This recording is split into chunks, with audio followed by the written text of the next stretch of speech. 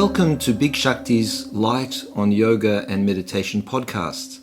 My name is Dr. Swami Shankradev. I'm a yoga acharya, medical doctor, psychotherapist and Vedic astrologer. And I'm a co-creator of Big Shakti along with my partner Jane Stevenson.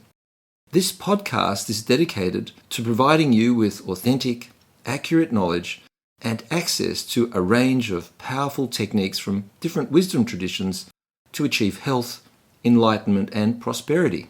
We're also very interested in how to use yoga and meditation to increase both lifespan and health span, to reduce chronic illness, to improve physical and mental resilience, and to accelerate your spiritual evolution.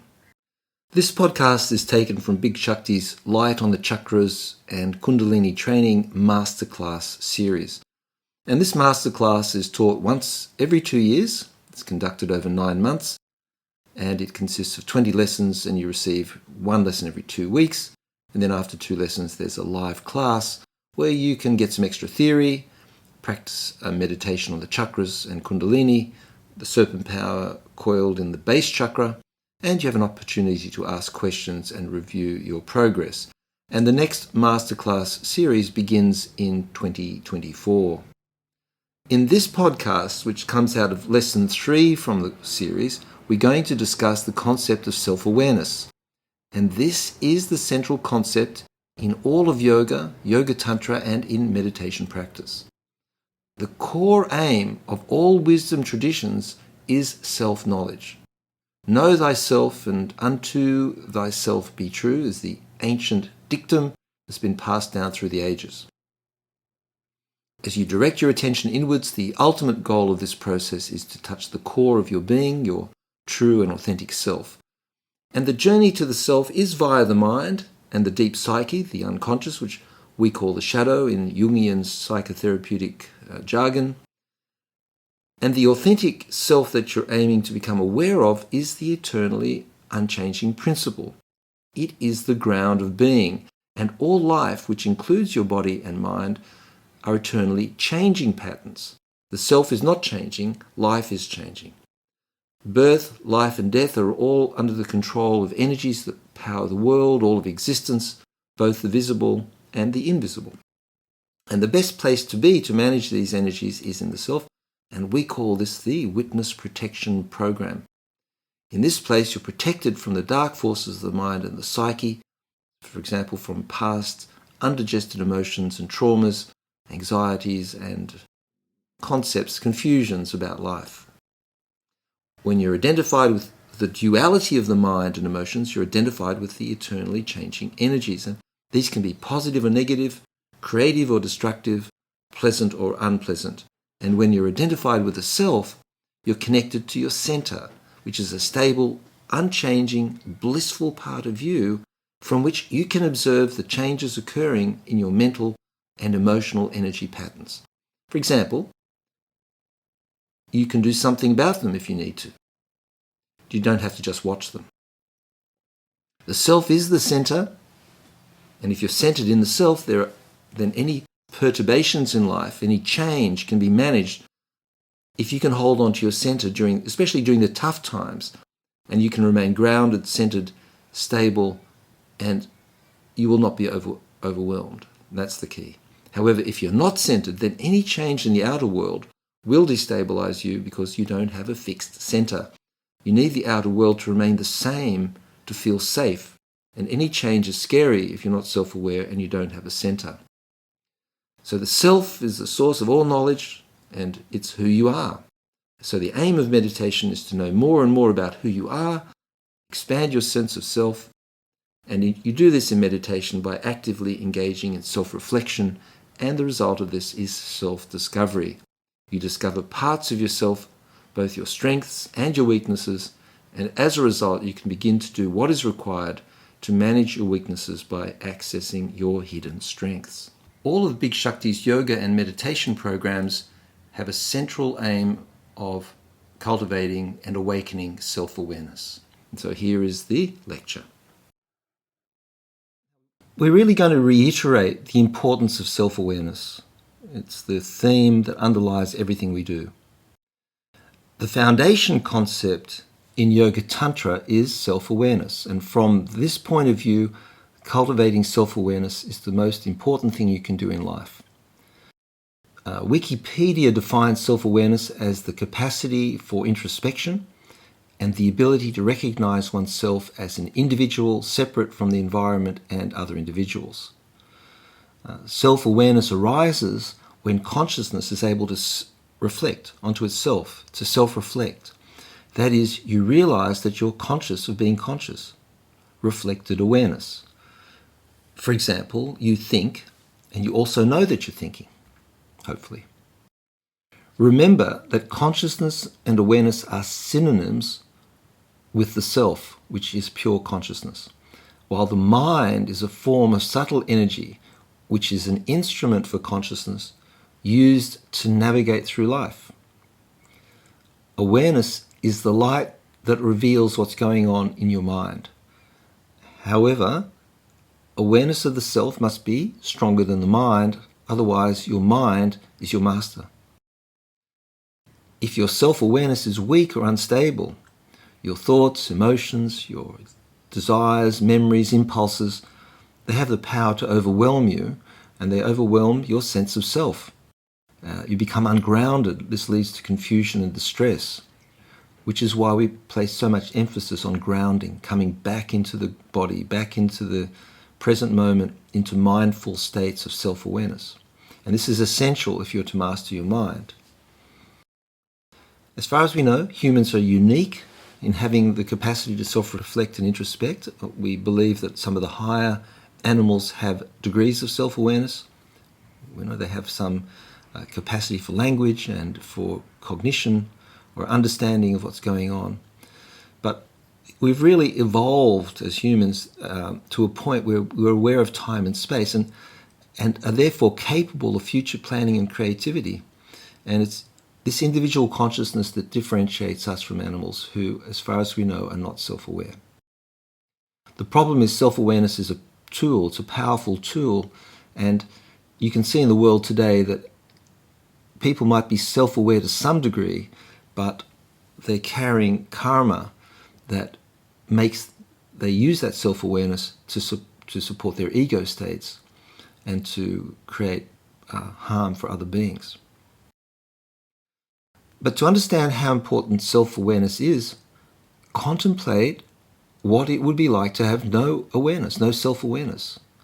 You'd be in a purely animal state of existence, driven by the forces of nature and with no sense of choice or purpose. Remember, if your self-awareness is weak or unstable, as it is for many people, you'll get lost in thinking, rumination. You'll potentially caught up in worry, anxiety, desires and emotions. And without cultivating self-awareness, you're going to be in danger of becoming ungrounded and destabilized when negative thoughts and feelings erupt from the unconscious. So without a strong, stable sense of self, you can't hold your center, which is essential to objectively face and manage what's arising in your mind. And many people have low levels of self-awareness. They're unaware of themselves, of their inner being, unaware of the internal forces driving their thoughts, feelings, and actions. They're being driven by programming, by conditioning, social conditioning. This is what you do. This is what you do now. This is how you do it. There's no kind of self-reflection until later on, when self-awareness starts to grow automatically as we age and gain some wisdom and life experience. And then the inner psyche starts to call us, and we start to get a calling towards the self, and then we start to ask questions, and if we're lucky and our karma is good, then we can start to work on ourselves, develop self-awareness through techniques and through therapy, for example, which is a great way to develop greater self-awareness and manage your karmic patterns. So lack of self-awareness, you become over-focused on the external. You lack insight, there's confusion, poor decision-making, there's emotional disturbance and problems in relationship. You really want to be in relationship with people who are self-aware. And you want to be hanging out with people who are cultivating self-awareness rather than people who are doing things that destroy their self-awareness, which is, the various habits, drugs, alcohol, and, kind of living a life that's very animal-like. Without self-awareness, you're instinctive. You're sort of in this animal state, and there's a lot of impulsivity. You're driven by your chakras. You're driven by the forces in your psyche, and there's both positive and negative in there. But you're more likely to get unhinged or sabotaged by certain things that you're not dealing with. You just don't want to look at them. A lot of people are in avoidance, denial. They just don't want to know what's going on. And they do things, they overeat, they do things to reduce their self-awareness. And self-awareness is best optimized via the combination of education and meditation,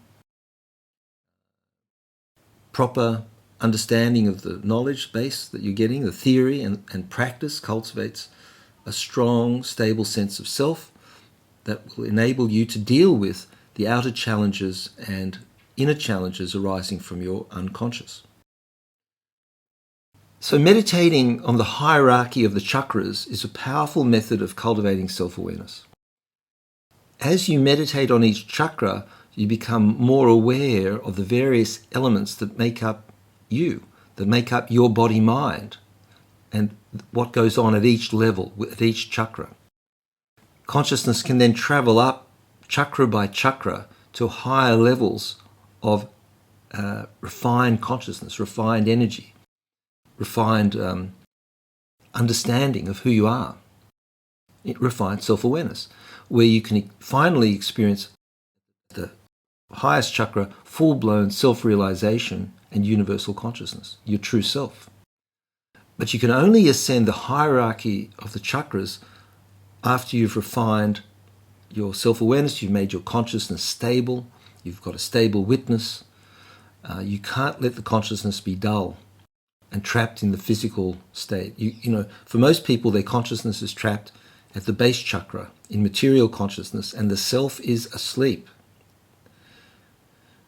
When you develop self-awareness within a structured program, as you're doing here, you're going to embody intuitive knowledge that will enable a deeper understanding of how your mind and your emotions work.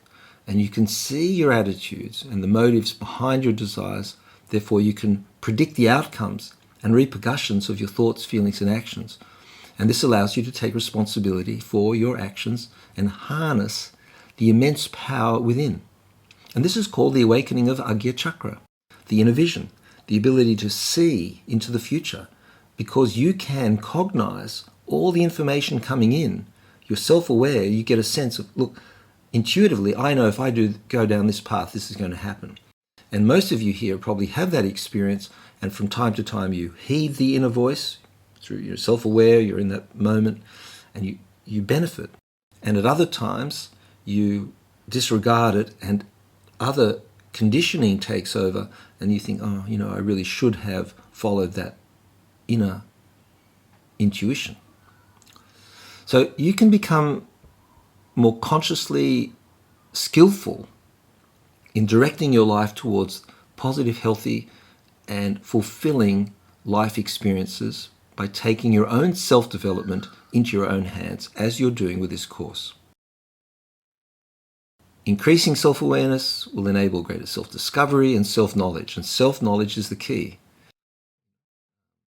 As you become established in your self-awareness, you can objectify your thoughts, emotions, feelings, memories, desires.